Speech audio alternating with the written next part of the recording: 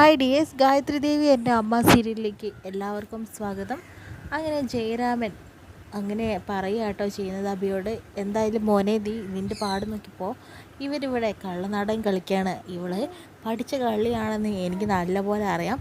അമ്മായി എന്തിനാ എപ്പോഴും ഇവനെ കുറ്റപ്പെടുത്തി സംസാരിക്കുന്നത്? ഇവനല്ല ഇവളുടെ കൈ മുറിച്ചത്, ഇവൾ സ്വയം ചെയ്തതാണെന്നുള്ളത് അഭി പറയാതെ തന്നെ എനിക്ക് മനസ്സിലായിട്ടുള്ളൊരു കാര്യമാണ്. അമ്മായി എന്ത് ചെയ്യണം? അവളെ കൊണ്ടുപോയിട്ട് ആ മുറിയൊന്ന് കെട്ടിക്കൊടുക്കുമെന്ന് പറയാട്ടോ ചെയ്യുന്നത്. എന്നാലും നിൻ്റെ മകളല്ലേ ഇവൾക്കൊന്നും സംഭവിച്ചാലും ഈ തെണ്ടി ചെക്കനെയാണല്ലോ നിനക്കിഷ്ടം ജയരാമ എന്ന് ചോദിക്കാട്ടോ ചെയ്യുന്നത്. ദേവരാജ എന്നാ ചോദിക്കുകയാണ്. അപ്പോൾ പറയുന്നുണ്ട്, എൻ്റെ അമ്മായി ഇവളെ എനിക്ക് നല്ലപോലെ അറിയാലോ, അതുകൊണ്ടാണ് അവളെ വളർത്തി വഷളാക്കി അമ്മായിയെ പറഞ്ഞാൽ മതി, ചെല്ലു എന്ന് പറയുന്നു. അങ്ങനെ അഭിഷേകിൻ്റെ അടുത്ത് മാഷ് പറയുന്നുണ്ട്, മോൻ ഇതൊന്നും കേട്ടിട്ട് വിഷമിക്കേണ്ട യാതൊരു തര കാര്യമില്ല. കാരണം ഇവളിങ്ങനെ തന്നെയാണ്, മോൻ സങ്കടപ്പെടേണ്ട, മോൻ ചെന്ന് നന്നായി പഠിക്കുക എന്ന് പറയുന്നു. അങ്ങനെ നമ്മുടെ അഭിഷേക് റൂമിനകത്തേക്ക് പോകുമ്പോഴത്തേനും ദേവുവിനെ മുറി വെച്ച് കെട്ടുന്ന അമ്മായിയും ദേവുവിനെയൊക്കെ കാണുമ്പോൾ വിഷമാവാട്ടോ ചെയ്യുന്നത്. താൻ കാരണമല്ലേ അവൾ സ്വന്തം കൈ മുറിച്ചത് എന്ന് തോന്നലാണ് അഭിക്ക്. അതിനുശേഷം തൻ്റെ ട്രോഫികളും അതുപോലെ തന്നെ ഗുരുവായൂരപ്പനെയൊക്കെ നോക്കി പ്രാർത്ഥിക്കുന്നുണ്ട്. എന്തിനാണ് ഭഗവാനെ ഇങ്ങനെ ഒരു അവസ്ഥ എനിക്ക് തന്നിട്ടുള്ളത്? ഞാൻ എന്ത് തെറ്റാ ചെയ്തത്? എൻ്റെ അമ്മയോട് ഞാനൊരു വാക്ക് പറഞ്ഞിട്ടുണ്ട്, അതെനിക്ക് പാലിക്കണം. അതിന് സാധിക്കില്ലേ? നീ എന്താണ് എന്നെ ഒന്നിനും അനുവദിക്കാതിരിക്കുന്നൊക്കെ പ്രാർത്ഥിക്കുക കേട്ടോ ചെയ്യുന്നത്. ഇതെല്ലാം തന്നെ കേട്ട് ദേവരാജൻ അവിടെ തന്നെ ഉണ്ടായിരുന്നു. ദേവരാജൻ അപ്പോൾ മനസ്സിലായി ഇവൻ ഒരിക്കലും അനാഥനല്ല, ഇവന് ആരൊക്കെയോ ഉണ്ടെന്ന്. എന്നിട്ട് അഭിയോട് ചെന്ന് ചോദിക്കുന്നുണ്ട്, നീ ഞങ്ങളെയൊക്കെ പറ്റിക്കുമായിരുന്നല്ലേ അഭി? നീ അനാഥനല്ല എന്നുള്ളത് നീ ഇവിടെ നിന്ന് പ്രാർത്ഥിച്ചപ്പോൾ എനിക്ക് മനസ്സിലായി. എന്തിനാണ് നീ എന്നെ പറഞ്ഞ് പറ്റിച്ചത് എന്ന് ചോദിക്കുകയാണ്. ഇല്ല മാഷേ, ഞാനൊന്നും പറഞ്ഞിട്ടില്ല. ആ അങ്കിളാണ് എല്ലാ കാര്യങ്ങളും പറഞ്ഞത്. ഞാൻ തലയാട്ടി എന്നേ ഉള്ളൂ. എനിക്ക് എല്ലാവരുമുണ്ട്. എന്നിട്ട് പഴയ കാര്യങ്ങളെല്ലാം തന്നെ തൻ്റെ അമ്മയുടെ വിശേഷം, അച്ഛൻ്റെ വിശേഷം, അമ്മിമോളുടെ എല്ലാം തന്നെ അഭി മാഷോട് തുറന്ന് പറയുന്നുണ്ട്.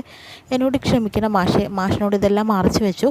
അപ്പോൾ മാഷിന് ഒരുപാട് സങ്കടം വരികയാണ്. മോനെ, ഇത്രയും ചെറുപ്രായത്തിൽ നീ എങ്ങനെയാണ് ഈ എല്ലാ വിഷമങ്ങളും തലയിൽ കയറ്റിക്കൊണ്ട് നടക്കുന്നത്? നിന്നെ കാണുമ്പോൾ എനിക്ക് വിഷമം വരുന്നടാ എന്നൊക്കെ പറഞ്ഞ് വളരെ വിഷമത്തോടു കൂടി അഭിഷേകിനോട് മാഷ് സംസാരിക്കുന്നുണ്ട് കേട്ടോ. അപ്പോൾ അവന് നല്ല സങ്കടമൊക്കെ ആവുന്നുണ്ട്. മാഷല്ലേ എനിക്കൊരു അഭയം തന്നത്, പഠിക്കാനുള്ള എല്ലാ സൗകര്യങ്ങളും മാഷ് തന്നെയാണ് തന്നത്, മാഷിനൊരിക്കലും ഞാൻ പറ്റിക്കില്ല എന്നൊക്കെ പറയുന്നുണ്ട്. മോനെ, നീ ഇവിടെ തന്നെ പഠിക്കണം. നിൻ്റെ അമ്മയ്ക്ക് കൊടുത്ത ആ വാക്ക് നീ തീർച്ചയായും പാലിച്ച് വലിയൊരാളായി തീരും. മോൻ വിഷമിക്കേണ്ട, ഞാനുണ്ട് കൂടെ എപ്പോഴും. നീ എന്നെ ഇവിടെ നിന്ന് ആരും തന്നെ ഇറക്കി വിടുകയില്ല. നിൻ്റെ ലക്ഷ്യം അത് നേടിയത് തന്നെ വേണം എന്നൊക്കെ പറയുന്നുണ്ട്. പിന്നീട് ഭാസിയെയും അതുപോലെ തന്നെ നമ്മുടെ വസതിയാണ് കാണിക്കുന്നത്. വസതിയും ഭാസിയും കൂടി സംസാരിക്കുന്നുണ്ട്. ഗായത്രിയെ ഇവിടുന്ന് ഇറക്കി വിടാനായിട്ട് ഒരു മാർഗം തന്നെയുള്ളൂ ഭാസി, അതുകൊണ്ടാണ് ഞാൻ നിന്നെ വിളിച്ചത്. അഭിഷേകാണ് അവളുടെ കരുത്ത്. അവനില്ലാണ്ടായാൽ എന്തായാലും ഗായത്രി വീഴും. ജയരാമേട്ടനും ഗായത്രി ഇവിടെ ഉണ്ടാകുമ്പോൾ എന്നെ സ്നേഹിക്കാനായിട്ട് പറ്റില്ല. അവളോടൊരു സോഫ്റ്റ് കോർണറുണ്ട്, അത് മാറിക്കിട്ടണമെങ്കിൽ ഗായത്രി ഇവിടെ നിന്ന് പോകണം. അതിന് അഭിഷേക് ഇല്ലാണ്ടാവണം എന്ന് പറയും. അവൻ എവിടെ നിന്നാണ് എന്നുള്ളത് അറിയുമോ? നിന്നോട് ഞാൻ അന്വേഷിച്ച് വരാനായിട്ട് പറഞ്ഞിട്ടുണ്ടല്ലേ ബാസി എന്ന് പറയുന്നു. ചേച്ചി ഒരു കാര്യം മനസ്സിലാക്കണം, അവൻ ഒരു സ്ഥലത്തു നിന്നാണ് കത്ത് അയക്കുന്നത്. ആ കത്ത് അയക്കുന്ന അഡ്രസ്സില്ല, പക്ഷേ ആ പോസ്റ്റ് ഓഫീസത്തെ സീലുണ്ട്. അത് വെച്ചിട്ട് വേണമെങ്കിൽ അവനെ പിടികൂടാൻ സാധിക്കും. ആ സ്ഥലത്ത് നമുക്ക് പോയി നോക്കാമെന്ന് പറയാണ്. എന്തായാലും അത് വെച്ച് നമുക്കൊരു വാർത്തയുണ്ടാക്കാം. ബാസി ഒരു കാര്യം ചെയ്യും, എൻ്റെ കൂടെ വായോ. അവനെന്തായാലും അഭിഷേക് മരിച്ചെന്ന വാർത്ത നമുക്ക് കൊടുക്കണം, വേറെ ഒന്നുമല്ല. അങ്ങനെ ആകുമ്പോഴാണ് ഗായത്രി അത് വിശ്വസിക്കുള്ളൂ. തൻ്റെ കത്തുകൾ, അതായത് തൻ്റെ മകന് അയക്കുന്ന കത്തുകൾ ഒരിക്കലും തനിക്ക് കിട്ടാതെ ആകുമ്പോൾ അവൾ വിചാരിച്ചോളും തൻ്റെ മകൻ മരിച്ചു പോയെന്നുള്ളത്. ബാസി അത് ചെയ്തു വെച്ചിട്ടുണ്ടോ എന്ന് ചോദിക്കാട്ടോ ചെയ്യുന്നത്. എന്താ ചേച്ചി പറയുന്നത്? എനിക്ക് മനസ്സിലാവുന്നില്ല. എന്തായാലും ആ കത്തുകളൊന്നും ഇനി ഗായത്രിയുടെ കയ്യിലേക്ക് വരുന്നില്ല. അതിനൊക്കെ ഞാൻ വേണ്ടതൊക്കെ ചെയ്തു വെച്ചിട്ടുണ്ടെന്നും ബാസി പറയാട്ടോ ചെയ്യുന്നത്. എന്തായാലും നമുക്ക് പത്ര ഓഫീസിൽ വരെ പോയി നോക്കാം, കാര്യങ്ങളൊക്കെ എങ്ങനെയെങ്കിലും തീരുമാനിക്കാം എന്ന് പറയാട്ടോ ചെയ്യുന്നത്. അപ്പോൾ അറിയുന്ന ആൾക്കാർ വല്ലതും ചേച്ചിക്ക് അവിടെ ഉണ്ടോ എന്ന് ബാസ് ചോദിക്കുന്നുണ്ട്. തീർച്ചയായും എനിക്ക് അറിയുന്ന ഒരാൾ അവിടെ ഉണ്ട്, നീ എന്തായാലും എൻ്റെ കൂടെ വായോ എന്ന് പറയുന്നുണ്ട് കേട്ടോ. അങ്ങനെ ചെല്ലുമ്പോഴത്തേനും അവിടെ ദുബായിലുള്ള പരിചയമുള്ള ഒരാളാണ്. ഇപ്പോൾ അദ്ദേഹത്തിന് അവിടുത്തെ ബിസിനസ് എല്ലാം തന്നെ പൊളിഞ്ഞതിന് ശേഷം ഇവിടെ ഇങ്ങനെയൊരു ബിസിനസ് പരമായിട്ടുള്ള കാര്യങ്ങൾ ചെയ്യാനായിട്ട് നിൽക്കുകയാണ്. എന്നെ നല്ല പരിചയമുണ്ട്, കാശ് കൊടുത്ത് ഞാൻ ഒരുപാട് അയാളെ സഹായിച്ചിട്ടുമുണ്ട് ബാസി. അതുകൊണ്ട് എൻ്റെ വഴിക്ക് അയാൾ നിൽക്കും. അപ്പോൾ കാര്യങ്ങളെല്ലാം തന്നെ പറയുക കേട്ടോ ചെയ്യുന്നത്. പറയുമ്പോഴത്തേനും ഇങ്ങനെ ഒരു ന്യൂസ് കൊടുത്തിട്ടുണ്ടെങ്കിൽ ഒരു ഫേക്കായിട്ടുള്ള ന്യൂസാണ്. അവരുടെ ബന്ധുക്കാരെങ്കിലും വന്നിട്ട് ഇത് അന്വേഷിക്കില്ലേ എന്ന് പറയുകയാണ് ചെയ്യുന്നത്. എന്തായാലും ഫേക്കായിട്ടുള്ള ന്യൂസല്ലേ ഇത്, മറ്റാരും തന്നെ അറിയരുത്. ഇത് ഒരാൾക്ക് വേണ്ടിയിട്ടാണ്, സ്വസ്ഥതയും സമാധാനം എൻ്റെ ഇല്ലാതാക്കുന്ന ഒരാൾക്ക് വേണ്ടിയിട്ടാണ്. അതുകൊണ്ട് സാർ ഇത് ചെയ്തു തരണം. തീർച്ചയായും ഞാൻ ചെയ്തു തരാം. പൈസ എത്ര വേണമെങ്കിലും ഞാൻ തരാം. പൈസയല്ല ഇവിടുത്തെ കാര്യം, ഇതിൽ പറഞ്ഞൊരു ഇഷ്യൂ എനിക്കുണ്ടാവാൻ പാടില്ല എന്ന് പറയുന്നുണ്ട്. താങ്കൾക്ക് ഒരു പ്രശ്നം ഉണ്ടാവില്ല, ഞാൻ തന്നെ എല്ലാം ഏറ്റെടുത്തോളാം എന്ന് പറഞ്ഞിട്ട് പോവാണ്. പിറ്റേ ദിവസം തന്നെ ഭാസി പത്രവും കൊണ്ട് വരികയാണ് കേട്ടോ ചെയ്യുന്നത്.